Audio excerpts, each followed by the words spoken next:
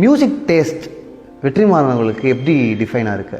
ஒரே ஒரு காரணம், எனக்கு இசைனா இளையராஜா தான், வேறு எதுவுமே தெரியாது. அவர் மியூசிக் மட்டும்தான் நமக்கு ரெஃபரன்ஸ் பாயிண்ட். அப்புறம் அந்த மியூசிக் ரொம்ப ரொம்ப கேட்டு கேட்டு திகட்டிருச்சுன்னா எம்எஸ் விஸ்வநாதன் கேட்போம்.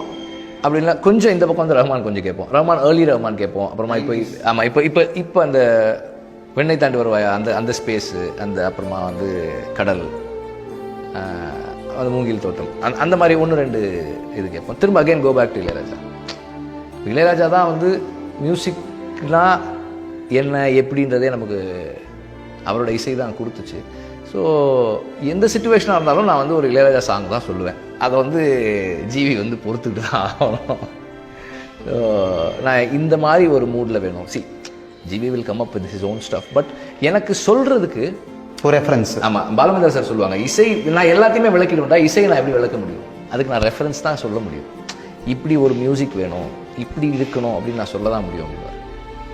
ராஜா சாருக்கே வந்து பாலமந்திர சார் வந்து சொல்லுவாங்க, ராஜா இந்த மாதிரி கனவு காணும் வாழ்க்கையாகுன்றது வந்து ஒரு ஹிந்தி சாங் சொன்னாங்க போட்டு, இந்த மாதிரி ஒரு பாட்டு. அதுக்கப்புறம் அது பண்ணாங்க. அப்புறமா வந்து கண்ணே கலைமானே வந்து மலர்ந்து மலராத, அதுதான் ரெஃபரன்ஸ் சாங் சொன்னாங்க. ஆமாம், இது மாதிரி ஒரு பாட்டு வேணும் அப்படின்னு சொல்லி தான் அது பண்ணதாக சொல்லுவாங்க எனக்கு பாலமந்திர சார். ஸோ அது மாதிரி அவ்வளோ பெரிய ஆட்களுக்கே ரெஃபரன்ஸ் எவ்வளோ நமக்கு நம்ம வளர்ந்ததே வந்து ராஜா சார் மியூசிக் கேட்டு தான். ஸோ அதனால் அதுதான் நான் சொல்லுவேன், சாங்ஸுக்கு ரெஃபரன்ஸ் அப்படின்னு சொன்னால் அதுதான் சொல்லுவேன். இல்லை, என்னைக்காவது உங்களுடைய படங்களுடைய பாடல்களை விட நம்ம முன்னாடி கேட்ட பாடல்கள் தான் பிடிச்சிருக்கு, அந்த மாதிரி இருந்து? எனக்கு வந்து என் படத்தில் இருக்க எதுவுமே பிடிக்காது. அதனால் நீங்கள் என்கிட்ட அதை கேட்கவே முடியாது.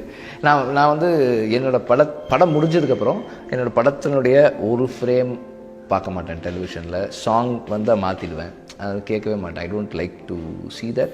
குறிப்பாக படம் பார்க்குறதுக்கு எனக்கு பிடிக்காது. ஏன்னா பார்த்தா ஐயோ நம்ம இதை எப்படி மாற்றிருக்கலாம், அப்படி பண்ணிக்கலாம், அப்படிலாம் தோணிகிட்டே இருக்கும். அதனால் அதை பார்க்கவே மாட்டேன். சாங்ஸும் நான் கேட்க மாட்டேன். அது ஷூட் பண்ணுற வரைக்கும் அதை கேட்டுகிட்டே இருப்பேன். அதுக்கப்புறம் அதை just get over that and forget it. Ilaiyaraaja அவர்களுடைய இசை தான் இசை அப்படின்னு தான் நீங்கள் சொல்கிறீங்க, அதான் டிஃபைன் பண்ணுச்சு, அதான் இசையை அறிமுகப்படுத்துச்சு அப்படின்னு சொல்கிறீங்க இல்லையா? அந்த எக்ஸ்பீரியன்ஸ் ஏதாவது சொல்ல முடியுமா? ஏன்னா இப்போ வேறு, இப்போ யூடியூப் வந்துருச்சு, சாவன். இல்லை, அப்போ எப்படி இருக்குன்னா, தோஸ் டேஸ் வேர் அவதாரம், தளபதி, இந்த டைம்ஸு ப்ரீ புக்கிங், கேசட் வர்றதுக்கு முன்னாடியே போயிட்டு நம்ம புக் பண்ணி வச்சுருவோம் வேணும் எங்களுக்கு அப்படின்னு சொல்லிட்டு.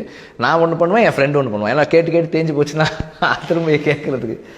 அப்புறமா வந்து அது எங்கள் ராணிப்பேட்டு கொஞ்சம் டைம் ஆகும். காலையில் 10 மணினா 10 மணிக்கே கிடைக்காது, க்யூவில் நிற்போம், நின்று அது கேசட் வாங்குறது. தென் சிடிஸ் கேம். ரஹ்மான் வந்ததுக்கப்புறம் அது பயங்கர கிரேஸாக இருந்தது. அது வந்து அந்த மார்க்கெட்டை ரீடிஃபைன் பண்ணுச்சு. எப்படி சேல் இருக்கும் அப்படின்றதெல்லாம் இருக்குல்ல, அதாவது ரீடிஃபைன் பண்ணுற மாதிரி இருந்தது. So those where the days.